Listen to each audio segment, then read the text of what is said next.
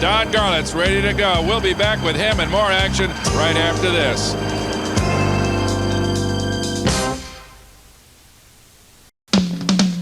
Well, the thought of the semifinals at Top Fuel coming up has brought all the people out of the pits and back into the grandstands. The first pair already on the starting line, fired and ready. It will be Bill Mullins from Alabama against this young man, Darrell Gwynn. And when I say young, I mean 21. But I'll tell you what, a real veteran in terms of miles on the drag strip. Came from a drag racing family. Father raced, and as you said earlier, Steve, has a world championship in top alcohol dragster under his belt. So this is far from a novice going to the line here.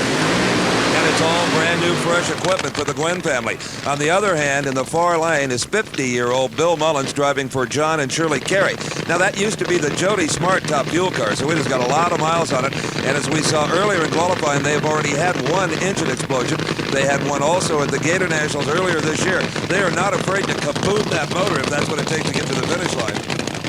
Well, they're a mighty tough combination. Remember, they put away Gary Beck in the last round with identical ETs, so Mullins a very poised and a very competent race driver. Now, Darrell Gwynn, in his first round win, smoked the tires. In fact, didn't even get into the 5-second elapsed time zone. So I'm sure some clutch adjustments have gone on in that camp. Interesting confrontation. Bill Mullins, like Don Garlett's in his early 50s, been around the business forever. Darrell Gwynn, racing like a man with about 30 years of experience. There goes a handshake from his father as Darrell Gwynn gets ready to go, stage that car. Imagine what it's like for a kid that age to be sitting in front of 3,000 horsepower. Got to be a little bit like riding a rocket sled, Brock. They take 4 or 5 G's right off the starting line, then negative G's when the parachute hits. Here we see the new style front wheels engineered by Goodyear to keep those front tires in place. And they are off together. A little bit of tire smoke off of Darrell Gwynn's car. And it is a loss of traction that spells defeat for Darrell Gwynn. How about Mullins? He picks up a full 10th over his first round race, a 5.67, 254 miles an hour. Bill Mullins will go into the final round of the Cajun Nationals. The next pair lit and ready, and Brock, from the fans' point of view, this is the race of the day. Big Daddy Don Garlett against Joe Amato. Big Daddy, of course, in his third decade of big-time drag racing, recorded probably more miles on a drag strip than any man, thousands of miles, a quarter mile at a time, against Joe Amato, the prosperous businessman, defending world champion, not anywhere near as much experience as Garlett's, but a very devoted drag racer nonetheless. This is going to be an interesting race. Like Bill Mullins, Joe Amato is a veteran of the top alcohol dragster race. Bill Mullins, of course, is already set for the finals. Well, a very strong, oil-free 5.67, Bill Mullins. We're happy with that. We'll take a win any way we can get it. And in this kind of heat, to just have those tires stick for a quarter of a mile is a triumph. Well, we had a lot of tire shake, and I shifted it real early, and I was afraid it might hurt it, but it seemed to come out all right. Who would you like to race in the final, Joe Amato or Don Garlett? I don't mind either one as long as I can beat them. You know, we're just going to need a lot of luck, that's for sure. They're two legends, you know. It's just going to be, it's a thrill to get to run either one of them. Well, let's go back to the starting line and see just exactly who will race Bill Mullins in the final of the 10th annual 7-Eleven Cajun Nationals. Well, we'll have that information in a matter of seconds, Steve, as Amato stages. There's his wife, Jerry, standing by, fingers crossed. He's up against the legend of all legends, Big Daddy Don Garlett. They stage very carefully. Garlett in his homemade car. It is Amato off the mark first. Joe Amato left first. Here comes the black car. It is Garlett having to drive around Amato. And oh my, low elapsed time of the event. 5.55 seconds at 255 miles an hour. No shoot on Garlett, but he's going to be okay. He's been in those sand traps before. He sure has. Let's have another look as Garlett has to face a perfect light from Joe Amato. Amato away just a wink sooner, and it turns out to be just raw horsepower from that slightly smoking engine of Big Daddy's as he drives by Joe Amato for the victory.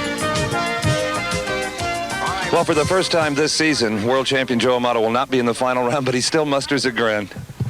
Well, Steve, it's a tough race. We knew it was going to be. You know, Don's a tough racer, and it's going to be an exciting championship this year. You know, that's why the winner's going to definitely really enjoy the rewards. You left first, and then all of a sudden here came that black car like a freight train. Yeah, my car seemed like it laid down in the middle. You know, the people, you know, I feel like bad for the crew in a way, you know, because Tim Richards and my crew and my sponsors and all my fans, they do a good job. And when you won't win, you feel like, you know, you let them down. You know, I did my best leaving the line, and the car just didn't have enough power, you know. Well, just missing your first final in 4 races, it's not going to cost any fans, Joe. No, well, the track was the big thing. We weren't sure how much power the track would take, and we were a little bit afraid of it, you know. But there's next time, so we'll be back. Well, as always, even when you lose, it's done with great style. Thank you, Steve. What a sportsman Joe Amato is, and what an addition he has been to the top fuel ranks. But right now, it's all Big Daddy. Don Garlett's proudly showing low elapsed time and top speed of the event. That's worth points towards a world championship. But more importantly, you kept Amato out of the final. That's what you're going to have to do from now on. That's right. He's way ahead, and we got to slow him down a little bit. And that I was really hoping that I was going to be able to do that. Of course, we hadn't been having a good day, but all of a sudden, this day turned around. And as is in drag racing, you know, you have ups and downs. Well, this is definitely an up. Where did all that performance come from? You wouldn't believe. We put another transmission in it. You know, we were having backup troubles, and I'm wondering if there wasn't some problems in there. And of course, that's what hurt the engine on the run before. The time that the delay, while they were pushing the car back, it actually hurt the engine. And then we made the run against Coletta. There wasn't nothing you could do. But that time, you know, it backed up perfect. Me and Joe went right up to the line. Everything was fine. These engines are very critical on heat. You're excited, aren't you? Yes, I am. Big Daddy, the winningest drag racer of them all, can still get excited going into a final round. Look at him beam. Well, we're beaming too because it's going to be a couple of veterans, a couple of good old boys, Mullins versus Garlitz in the finals for top fuel here at the Cajun Nationals.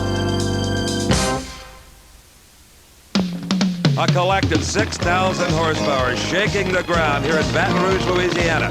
It's time for the semifinals of funny car competition in the 7-Eleven Cajun Nationals. And two very distinctively different personalities. Kenny Bernstein in the far lane. In the near lane, John Force in the Corvette-bodied car. That is Austin Coyle, the crew chief we were talking about earlier for John Force. Now, Austin does a lot of things on that starting line, and they communicate with hand signals. You saw him backing the car up, now bringing it forward. He'll decide whether they need to make another little short burnout or not. Those burnouts can be hard on the clutch.